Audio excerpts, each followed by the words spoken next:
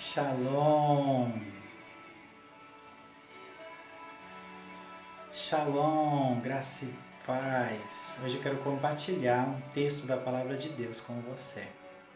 Está em 2 Reis 4, de 1 a 7, diz assim: A mulher de um dos discípulos dos profetas clamou a Eliseu: Meu marido, teu servo, morreu, e tu sabes que o teu servo temia ao Senhor. Agora o seu credor vem levar-me os meus 2 filhos para serem escravos. Respondeu-lhe Eliseu: Como poderei ajudar-te? Diz-me, o que tens em sua casa? Disse ela: Tua serva não tem nada em casa, além de uma vasilha de azeite. Disse Eliseu: Vai, pede emprestadas vasilhas a todos os teus vizinhos, vasilhas vazias, peça muitas.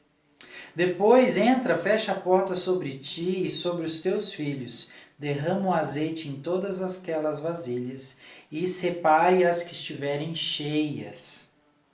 Foi embora e fechou a porta sobre si e sobre os seus filhos, e esses lhe traziam as vasilhas e ela as enchia. Quando todas as vasilhas estavam cheias, disse ela a seu filho: Traz-me mais uma vasilha. Ele, porém, respondeu: Não há mais vasilha nenhuma. Então o azeite parou. Foi ela e fez saber ao homem de Deus, e ele disse: Vai, vende o azeite e paga a tua dívida. Tu e teus filhos vivei do que sobrar. Amém? Aleluia! Que palavra, né, que vem encher os nossos corações. O tema da nossa mensagem é: o seu pouco é suficiente. Temos vivido tempos difíceis, tempos de pandemia, tempos de falta de emprego, preços das coisas subindo. Mas Deus nunca parou de nos cuidar. Nunca parou de cuidar da sua igreja. E quando vemos a história desta viúva, em que o credor chega pedindo seus 2 filhos para quitar a sua dívida, vemos que viver dias sobrenaturais não nos isenta de viver dias difíceis. Aquele homem que faleceu e deixou uma viúva, ele era discípulo do profeta Eliseu. Então ele viu coisas sobrenaturais, a sua família presenciou momentos sobrenaturais. Mas isso não os isentaram de passar dias difíceis. Mas Deus usa a vida daquele profeta para abençoar aquela casa. E Deus hoje quer usar a sua vida para ser resposta à vida de outras pessoas também. E a primeira chave que eu quero compartilhar desse texto incrível é: o que você tem em sua casa? No versículo 2 o profeta fala para a viúva: o que você tem na sua casa? E eu quero que você olhe hoje para dentro do seu coração. O que você tem dentro do seu coração? O que você tem dentro da sua família, dentro do seu casamento, dentro do ambiente em que você vive? Essa é a pergunta que hoje Deus quer fazer para você. O que você tem? O que você tem guardado, escondido? Que tesouro é esse que talvez você tenha para revelar às pessoas que está aí guardado dentro da sua casa? E nós vemos que Deus está requerendo um tempo de nós, um tempo de reflexão para pararmos, desacelerarmos as coisas e queremos estar sensíveis ao que Deus está cobrando de nós. A nossa resposta tem sido igual talvez a da viúva: eu não tenho nada. Mas aí talvez você fale: Robert, eu não tenho o que compartilhar. Eu não tenho o que dizer. Ou eu não tenho nada de valor para mostrar às pessoas. E de repente Deus hoje nos chama a olharmos para as nossas casas e vermos o que nós estamos realmente cultivando. O que realmente nós temos para apresentar diante de Deus. E a segunda chave que eu quero compartilhar. Sempre temos algo a oferecer. A resposta que essa viúva dá ao profeta é que ela não tem nada. Mas de repente ela para e fala, um momento, eu tenho uma vasilha de azeite. Olha só que interessante. Às vezes eu e você corremos do compromisso. Nós corremos talvez de nos posicionarmos em Deus porque nós dizemos não temos nada. Mas de repente nós vemos, opa, pera, talvez eu tenha algo muito pequeno, talvez eu tenha algo tão insignificante que eu nem resolvi colocar na lista das coisas que eu teria. E aí o profeta então ele vê que a viúva tinha algo a oferecer, algo para se comprometer com a obra, com o milagre que ia acontecer.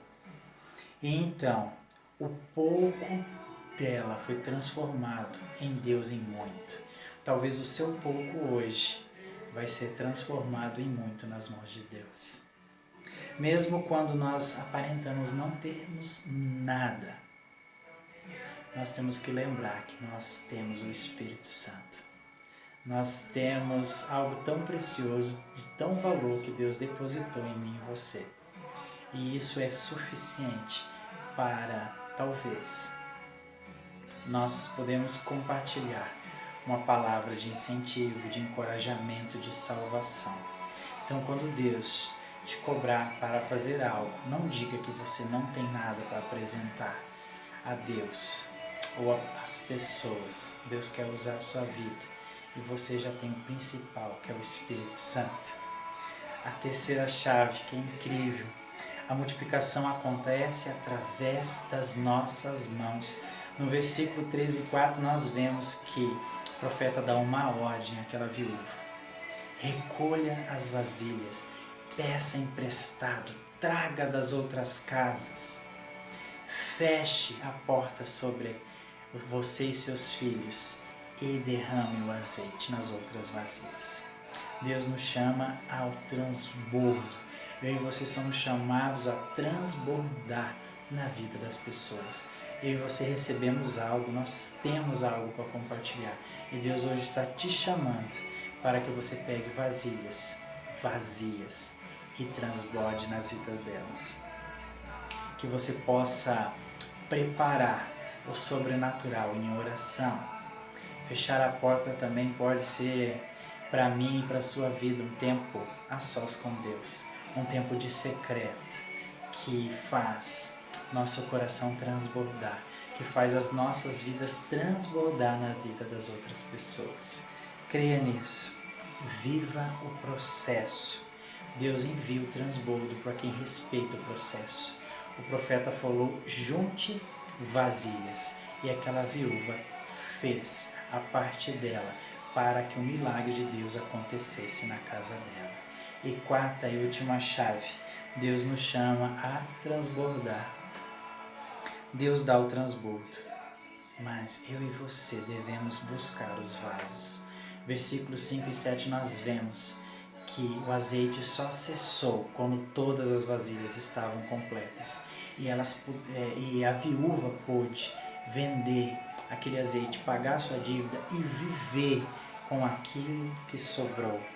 Deus dá o transbordo, mas aquela viúva e seus filhos que encheram aquelas vasilhas. Deus transborda em minha vida e em sua vida, mas cabe a nós pegarmos as vasilhas perdidas que estão lá fora. Sim, aqueles que ainda não conhecem a palavra de amor de Deus e transbordarmos nas vidas daquelas pessoas. Que você possamos ser agente de transbordo, de multiplicação em casas. Que eu e você, carregamos o Espírito Santo, possamos transbordar desse azeite maravilhoso que é a presença do Senhor. Que nós possamos orar pela vida das outras pessoas, orar pela vida de pessoas que ainda não conhecem a Cristo. Deus garante o transbordo e eu e você viveremos do que sobrar, com certeza. Isso nunca acaba, é como um rio que flui. Eu e você somos chamados ao transbordo de Deus.